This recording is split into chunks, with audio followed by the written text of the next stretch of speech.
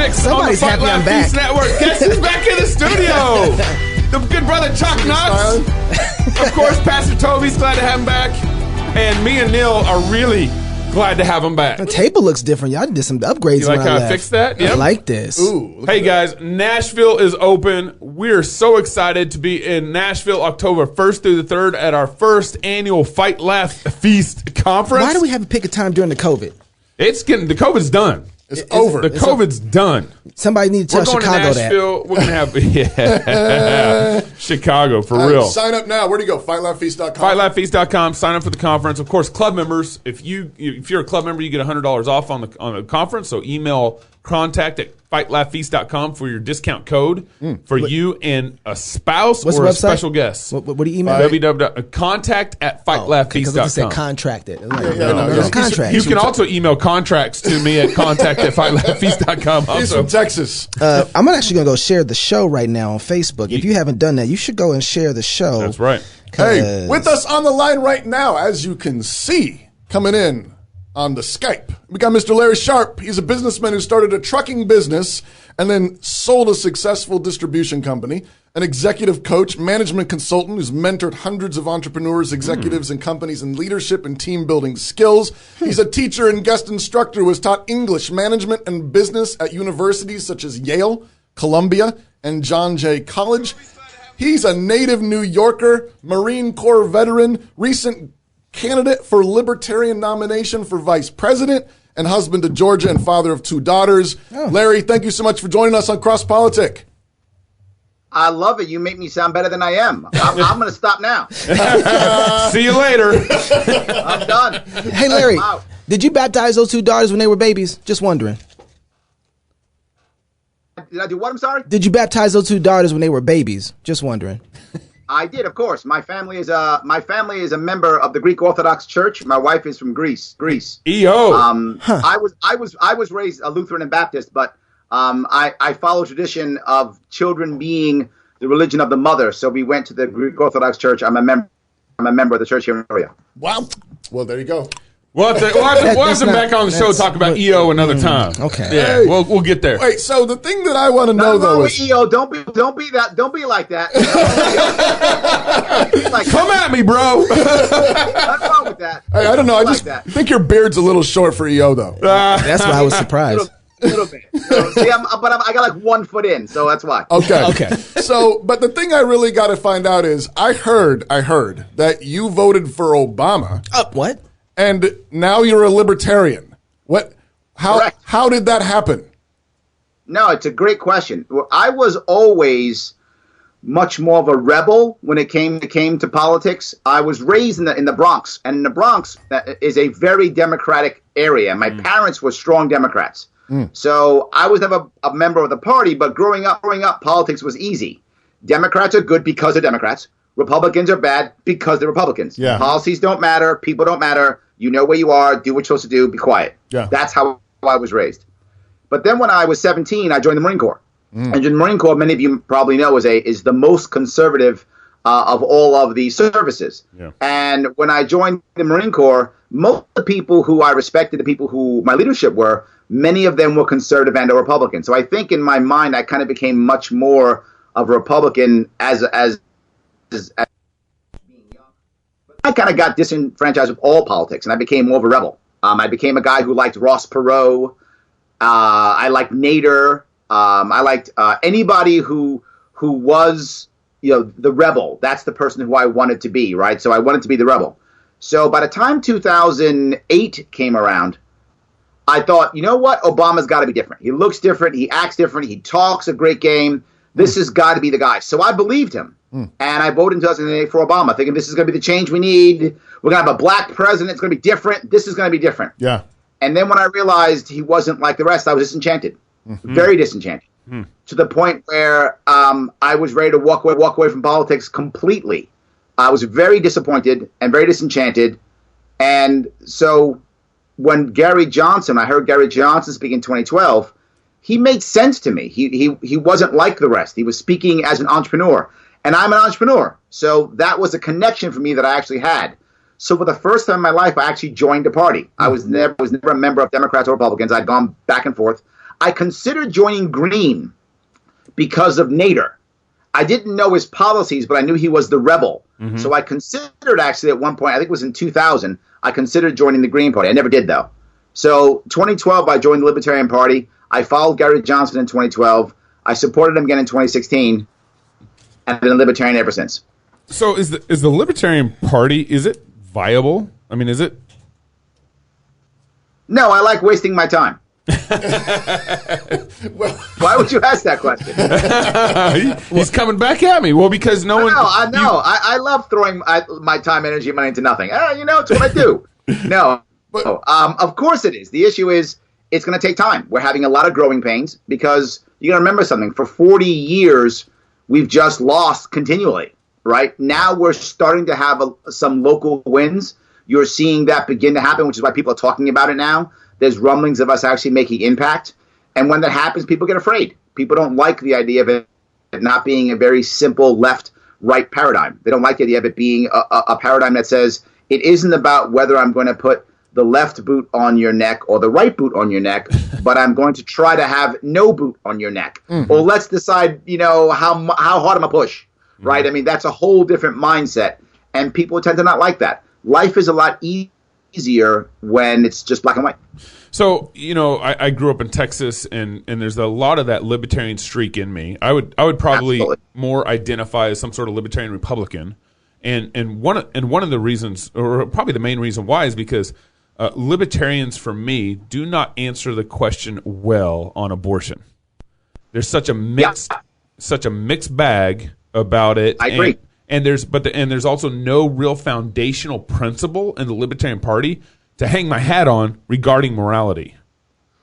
Well, I would argue that there is for your second point, and for your first point, it's heavily cultural. And let me try to cover if I could. First of all, I agree with you. I think you're right in the first part that we don't have a solid piece there because you have I'm going to guess, this is a guesstimation, about 25%, this is a guess, of Libertarian parties probably pro-life, about that. The vast majority, 75% or so, is openly pro-choice. Mm-hmm. That's how the party is. And the logic behind that is body autonomy. That's the principle behind it, that it's body autonomy. Now, you may disagree with that. I'm not. What I'm saying now is explaining, not saying what is right or wrong. Yep. I'm just explaining. Yep. The idea is body autonomy, and that I have the right, my body, my choice, and what's in my body is in my body, and then I have a choice, and that's it. That is the principle behind that, if that makes sense. Sure. To understand the principle. Mm-hmm. I have a problem, though. I do, and I've been very open with how I feel. I am anti-abortion, but I am not pro-life, and people don't understand that. And here's why. The government will not, cannot, and will never stop or lessen abortion. It's not what the government can do or even want to do. The government wants to retain the abortion issue so that it can be a wedge issue, so that I can just go, I'm pro-life or pro-choice, and you vote for me no matter what. It doesn't matter what my other policies are. Mm-hmm. It's a wonderful wedge issue. They will never change it. Not just that. If you simply outlaw abortion, that's all you do. What you will do without changing culture is you will simply punish poor women. I don't want to punish poor women. We know that. We saw that in countries like Ireland, in Italy. What it wound up doing when they had it that way was it wound up punishing poor women. I want to make abortion obsolete. I want to make it so that there's no need for it and that women choose not to have it. There are some women, and I believe the vast minority of women, who just use it like whatever, and I'm just going to use it. I don't think I will ever stop those women, except maybe culturally we can. Because when that becomes unacceptable, even those women will begin to stop doing it. So this is a cultural piece that I think we have to work on. It's the idea of making it easier. It's ideas like, in my state, New York, it's making surrogacy legal. It's making abortion easier. I'm sorry, not abortion, sorry. It's making adoption easier. Right. You make adoption easier, then all of a sudden women make different choices. You make surrogacy the norm.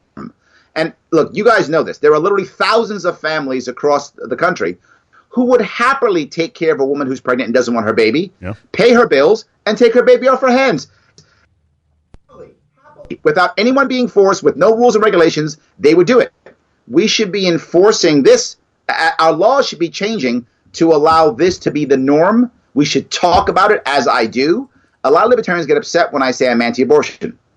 But I talk about it. I think we should talk about it. We should be ashamed to be anti-abortion. It doesn't mean I have to say the government has to put its foot on the back of poor women. That's wrong. I don't want that either. So I am stuck. It is a tough part for me. But I recognize that the current method is not working. I know there are many people in the pro-life movement who believe, well, Larry, you're wrong because we're winning. We're getting, pro-life stuff happening. We're getting the right judges. Here's what's going to happen, and I see it in my state already in New York. What's going to happen is even if we overturn Roe v. Wade, which I don't think we should, and I don't think we will, but even if we do, what will happen? States will just codify it themselves. We're seeing it in New York State. Mm-hmm. That's going to happen. This is not a legal battle. This is a cultural battle. Mm-hmm. And that's my view. I know a lot of people disagree with me. You'd be mad at me. I get it. But I want to actually lessen abortions in this country. I don't want to just pass a law and feel righteous about my stance, which is what most people actually do. They just feel righteous about their stance and make no attempt to make less abortions. I actually do. My policies when I ran for governor of New York State were all about making less abortions. I made a promise that if elected, I would make sure there will be less abortions in New York State, and not by doing anything that would force women to not have control of their own bodies. That's where I stand. Larry, yep, man. I get that all the time. I know. I get that all the time. I knew what I was saying was going to give you that. Yeah. And I said it anyway because that's how I feel. I don't want to lie. That's how I feel about it. I wish more people talk like you because we can have real conversations about this. Most of the time people are trying to hide and trying to fit inside a bar that, we really can't have a real conversation because we don't know the truth about what they feel. I just think there's two things I was listening to you. I think you misrepresented the pro-life movement a little bit. Tell me. Well, the pro-life movement isn't just about putting laws on people either. We know that we should, just like we shouldn't murder folks. Even though somebody might go out murdering doesn't mean that we don't make a law not to murder, right? And that's exactly what abortion is. They're actually killing a human being. So we don't want to murder. But there's also another, like you said, part of the pro-life movement that is all about helping that woman too. So we're working both sides of this as well. So not only do we want the laws to change, but we also want the heart to change as well. So I don't think it's just pro-life is just like the left. I think we're a little different. We actually have a full plan of helping those women. So we're not just saying, hey, we're forcing the poor women we're forcing poor women to have abortions. No, I mean, we're just saying you can't kill a human being. So I think that we're a lot more filled out in that aspect than I'll go back to the cultural piece I wanted to bring up here, which is for decades, that's wrong, for centuries, many powerful men have used women getting pregnant as a way of entrapping them, as a way of keeping them down. That's a fact. That is a cultural aspect that still sits in our culture to this day. And there are many women who have felt that from their family, from their grandparents, from their parents. Not as much today. That isn't as common today. But that legacy still stays in the female world. I see it. I hear it. What do you mean? What do you mean by that? And they're right. That's a cultural legacy they still have. So it bothers them. So there's an emotional reaction. I'm sorry. That what winds up happening is when you say what you say, what they hear, not what you said. I want to be clear. Not what you said. Right. I'm saying what they hear is, oh, you're anti-woman. That's a problem we have to work on. When you say that they use children or they use having a baby to keep them down, what do you mean by that? Yeah, there's literally been decades, I'm going further, centuries of now once a woman has a child, now she is in some way, shape, or form inferior culturally. She's now less than. She's now secondary. Now we can't have her do these things, well, because she has a baby. So the baby has to be the priority, and we can't expect these things from her. You mean nurturing and being a mother? Her. Say again? You mean like the nurturing aspect and being a mother? No, naturally, most women, statistically, I shouldn't say naturally. Statistically, most women are that way. They're more nurturing statistically than men are. That's true, statistically. Some men are too, though. I don't want to take it away from men. Some men are too. I'm not saying that. What I'm saying is, again, a cultural issue, not an actual physical issue. That now you have a group of people who are in charge saying, I can't have that woman do great things anymore because I believe culturally that she's a mother now. so now I don't want to promote her in a business. I don't want to give her this in a business. Well, see, I see that has been true. I see that. I think that maybe you might be reading that a little wrong. I think that we've seen the glory of motherhood, and to say the highest thing that she could do is to be a mother. That's better than running a Fortune 500 company. The highest thing she could do is nurture her family. I think that we've seen the importance of what a woman is and tried to say, man, we want to protect that and we want to guard that. I don't think that's been a way. I think you've seen us keeping it down, and that's actually been the success of our society. Yeah, but that's not your choice to make. That's her choice to make. Right? If a woman wants to decide, if she chooses that, yes, this is my highest calling, this is what I care about, that's her choice. But if her choice is, I would like to have children and I want to run a Fortune 500 company, that's just as valuable. Her choice is what matters. I'm not going to judge anybody. Not just in this case, we're talking women. Sure. But I'm not going to judge anybody in deciding that what their higher calling is, family or business or friendship or nonprofit or whatever. That's not my choice. If a woman decides that, good on her. Right. If she doesn't, also good on her. But the one thing just to point out is even if you say that her inability to continue her career or her job or whatever is in any way some sort of demotion, which I don't necessarily agree with.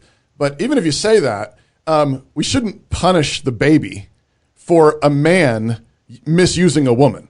So, if a man I didn't say we should abuses a woman and uses her.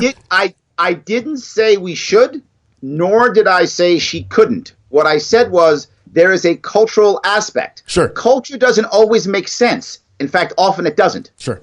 So culture is different than actuality. Can a woman be a Fortune 500 company CEO and a nurturing mother? Of course. But if culture is telling her that she can't do that, then if those are the people who are allowing her access, and for centuries they didn't, that is going to make her feel a certain way as she moves forward in her life and her career. She will pass it on to her daughters, and they'll be a part of that cultural that will stay. We see it in all types of people who have in some way, shape, or form historically been second class or less than. But to go with what Toby was saying, so then for that case, should we then not make abortion illegal? Yes, because the outcome will not be good.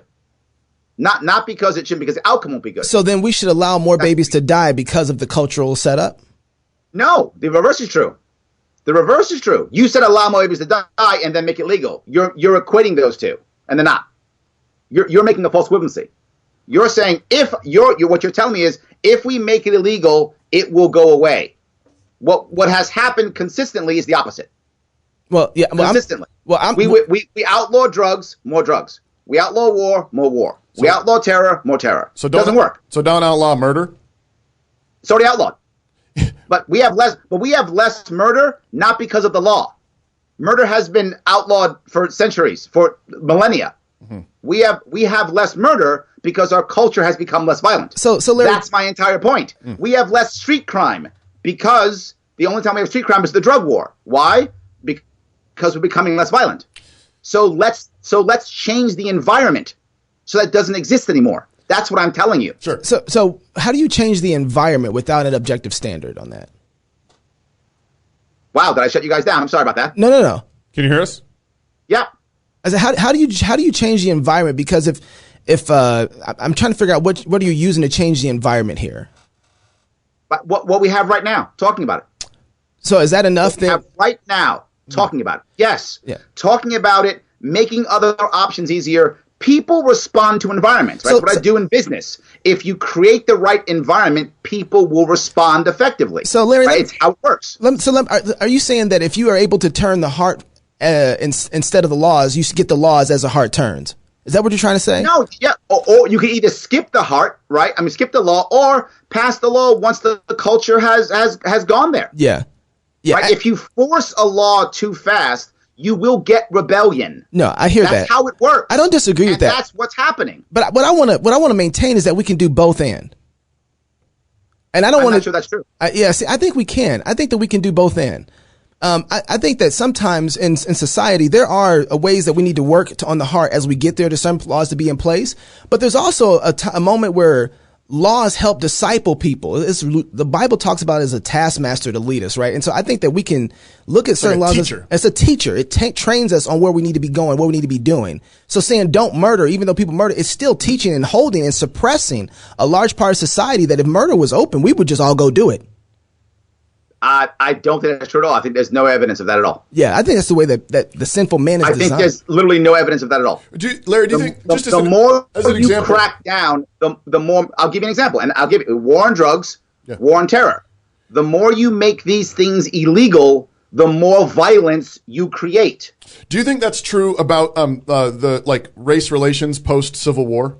So we mandated the end of slavery, and it. We fought a war over it. Over 500,000 people died over it.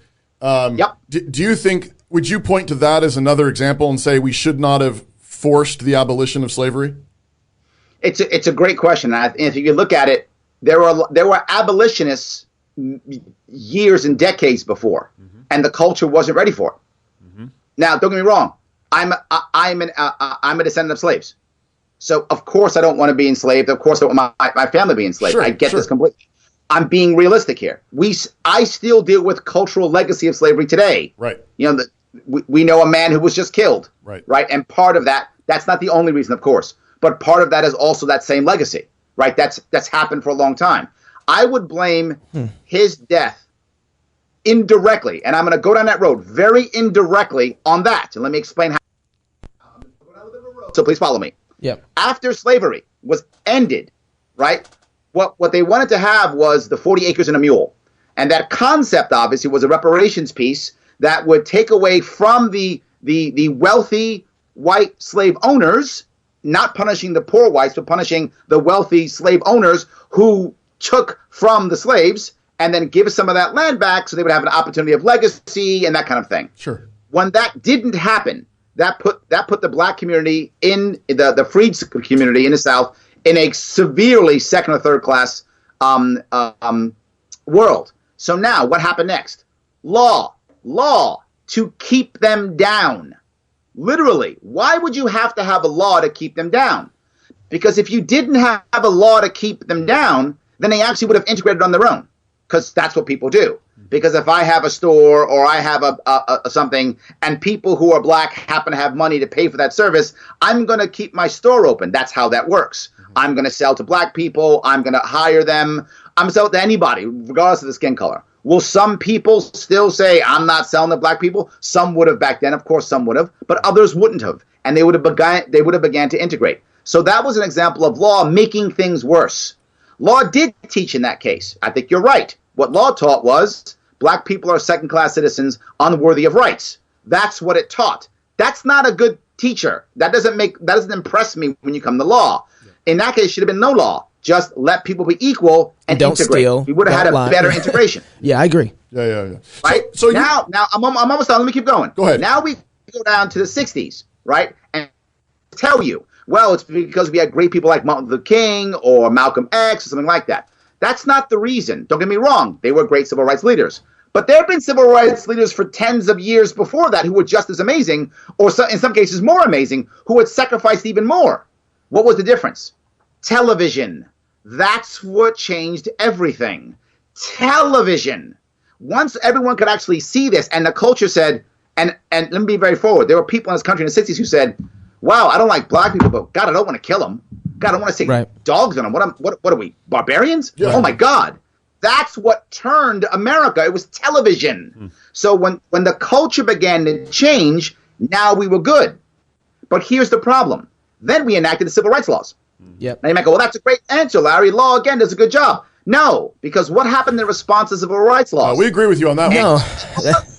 And war on drugs. Yeah. That was the revenge. The backlash from the civil rights law was the war on drugs, the war on poverty, and gun laws. That's what happened to keep the Panthers down, to keep the black people down. That's what they was all afraid of that. And I'm not making this up. You can do your own homework. Nixon literally said, the president of our country said, let's use this war on drugs to keep the blacks and the Puerto Ricans down. Yeah. That's what he wanted to do. And it worked perfectly. And if you look at any data, the black family in America, all going up till about the 1970s, 1980s, flat. And why? war on drugs. Yeah. So your laws you're telling me about, I'm telling you, hurt.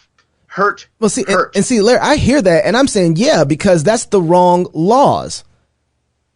That's the wrong standard on how we deal with people. And so I can say, yeah, but the wrong laws produce the wrong things.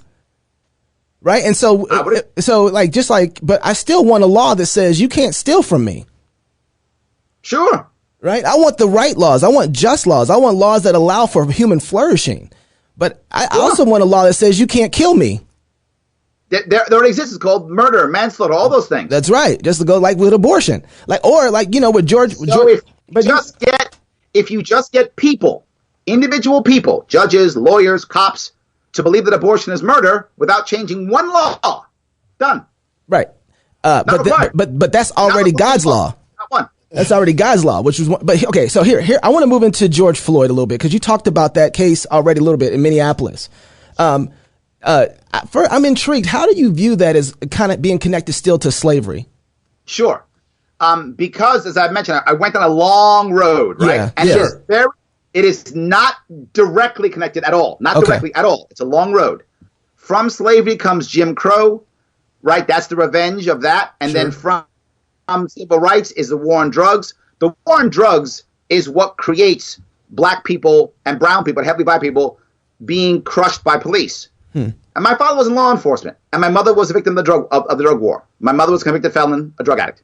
And my father was a corrections officer here at Rikers Island, the most violent jail in the United States. So I see this for both sides of this. And let me be very clear about this. The average cop who goes into an academy doesn't think, I can't wait to kill black people. Doesn't see that at all. The average cop going into an academy says, I want to do the right thing. I'm going in because I want to protect my community. That's what the average cop does. So the average cop goes into that, learns what they learn, and then comes out. And now we have the war on drugs, which encourages arrests so it can validate the war, and civil asset forfeiture, which is how they fund the drug war, which means taking people's stuff. Well, how can I take people's stuff? Well, I can't take it from the rich communities for two reasons. One, they don't have cash. So I can't take their stuff because they don't have cash, number one. Number two, they vote and they buy politicians. So I can't punish them, and they also know lawyers and are lawyers. So I might get in trouble. Doesn't work. So where can I hunt? I have to hunt in poor and immigrant brown and black communities because, one, they have cash. Because if they're immigrants, they don't trust banks. If they're poor, they may not have a bank account.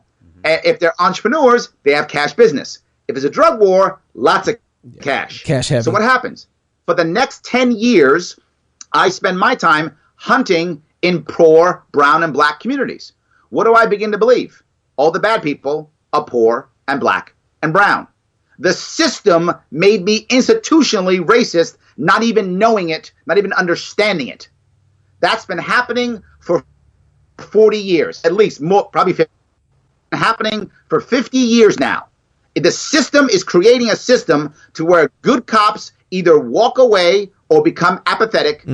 Bad cops become monsters. And that's because of the system.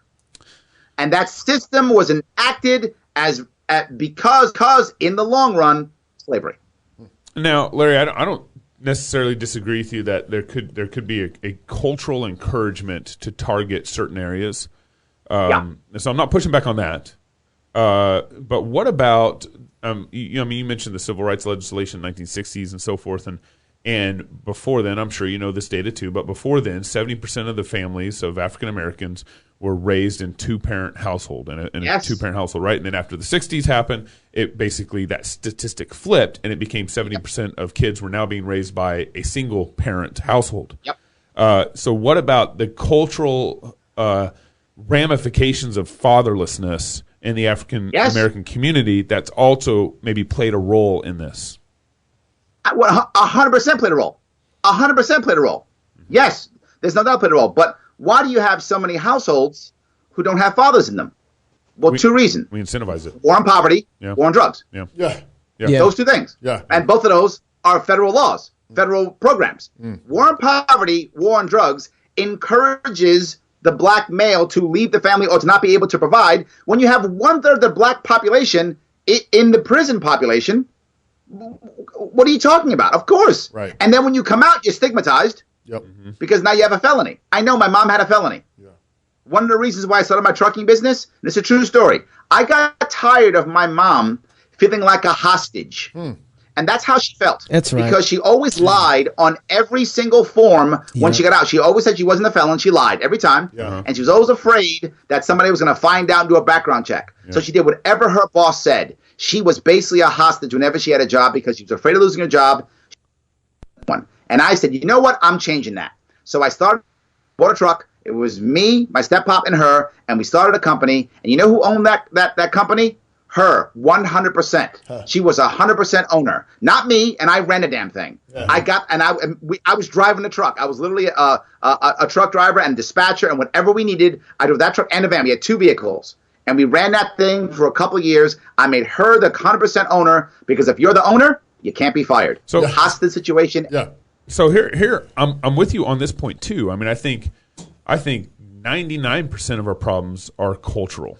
Right, the solution is preaching to the culture, dealing with the culture. But here's where I often find myself being like, "Amen, libertarians" on this. But then when the solution, when I want to get to the solution of it being Jesus Christ, being the gospel, changing hearts, the libertarians immediately are like, "No, we're kind of religious neutral." But in reality, nothing's neutral. Either. No, I don't know who's telling you that.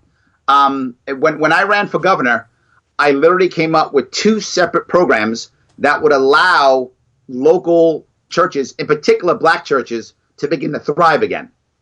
Right? I don't want to force anybody to go to a black church. I think to say that is wrong.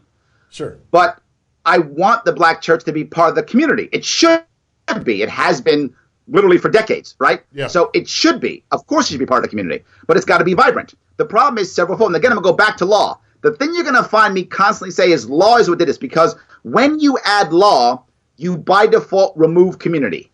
That's how that works. Church is community. So let's remove law while encouraging community. Yeah. So I'll give you 2 different things I brought up. And one of them was childcare. If you go back 50 years, many churches were childcare facilities. Many of them. So if a working mom or working dad wanted to go off and work, and this goes back to our first thing, if a mom wants to be a nurturing mom, but still wants to have a career, there was a time she could drop the kid off at the church, and the church elders would take the kid, and she can go off to work and come back, pick her kid up, have a loving environment. Life is good. Grandparents who retire would often spend the day at the church as caregivers, a common thing. That went away. Why? Because the government regulated childcare. Yeah. Oh, yeah. So what I said, and they were regulated out of business. So what I said instead was, how about we do that? Keep the government standards in place if you want them. It's fine, but create a secondary thing called not child care, but a child garden. That was my name for it. And I said, if I have a kid and you have a kid, and I say, hey, Pastor Toby, do me a favor. Take my kid to the park. You go into the park. Take my kid with you. And you go, yeah, sure, Larry. And I say, I'll give you $5. You give him some ice cream. And you go, yeah. Agreement between you and I. Yeah. No problem. No license required. Nothing. So I said, replace the individual now with a nonprofit. And what I said was local church, but I also said, if you want to, American Legion. If you want to, right, that's fine too. Or if you want to, it could be a BFW. Any nonprofit to include a church could become a child garden. And the agreement could be between 2 people. It doesn't get rid of licensed childcare. If you want that, you can choose licensed childcare. Yeah. But if you don't, you can go to a church. And what people said was, well, then they won't do a background check. I said, it's your church. Ask them to do it. They'll do it. Ask them. Or don't send your kids there. It's up to you. It's up to you. Yeah. And that encourages community to include the religious community for those who want to jump into it. I'm not anti-religion at all. I'm pro whatever makes you happy, whatever makes you a better person, whatever encourages your community. And that will often include church. And I'm fine with that. No worries. Do that. So that was one. But I had a second one. And that was anyone in New York State, when they're paying their taxes to the state, has an option of taking $250 and not giving it to the state, but instead giving it to any nonprofit in the state. If you do it within your own county, you get another $250, so you get $500. What would that do? Encourage donations to churches to grow those abandoned, in some cases, local churches. It will grow them. So I'm not against it at all. I don't know who was talking that way. I want people to be happy in the way that makes them happy. I want them to find glory in the way that they can find glory. And very often church is involved with that. I'm fine with that. So speaking of the churches, we've had some craziness with all the COVID lockdowns. Yep. I'm sure you're a huge fan. Love it. Can't get enough. Lock me up. Lock me up. I want to Cuomo is your favorite. I completely approve of my government overlords, and I hope that they will give me the ability to leave and to gain in some way, shape, or form, and make some money and provide for my family. Blink if you're distressed. Yes, I do. I hope my overlords will allow me to. Blink if you're in distress, Larry. Blink. Let me blink some Morse code for you. Get me out of New York. Yeah, exactly. Come get me. Yeah. Oh man. Well, funny. What do you say? Well, yeah, I'm wondering how would you as a libertarian tell someone like in California or New York, how should they deal with knowing that they're supposed to be in church on Sundays and they're getting one cue from the president saying, hey, go to church on Sunday. You're getting another cue from the governor, no, and then the Second Circuit Court comes in and is like, absolutely not. How are you look, the reality of it is what we should have done was the Sweden model. Yep. The Swedish model was the right. That's right. You open up and you tell people, here's what it is. And this is the libertarian piece that I think makes sense here more than ever. And that is you own your own life. Yeah. Now, I have two people in my family, in my world, who might be in trouble by COVID. They're both over 80. In fact, they're in their mid-80s. And they both have a pre-existing condition. Those people, COVID will kill them. That's a problem, right? I get that. So I don't go visit them. What I do is I have a car in New York City, and most people don't. So I will sometimes drive to them and drop things off. But I mask up and I glove up. And I would have done that whether there was a law or not because I love those people in my family. And I don't want them to die. Right. I would do that either way. But if one of them did decide they wanted to go out, that's okay too. And I'll give you the example I give in my own family. Both my parents died of cancer. My father and my mother both died of cancer. My father died. He was much younger when he passed. I was still young when he died. My mother was a bit older when she passed. When my father died, if you have anyone who's died of cancer, you know, it takes several years to pass. Yeah. It isn't 5 minutes you die. Right. It's a long death. Right. When my father died, he was all about life. I want quantity of life.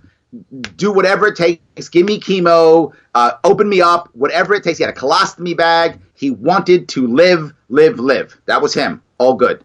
When my mom was dying, she was like, no, I want quality of life. That's what I want. Yeah. I don't want to lay in a bed for a year and wait to die. I want to my grandkids. And she literally, again, it's very funny. This is before COVID. She died many years ago. She put on a mask and took my daughter to an amusement park, knowing the doctor said, you might die. And my mom was like, then I die playing with my granddaughter. I'm good with that. Yeah. And in both cases, they're both right.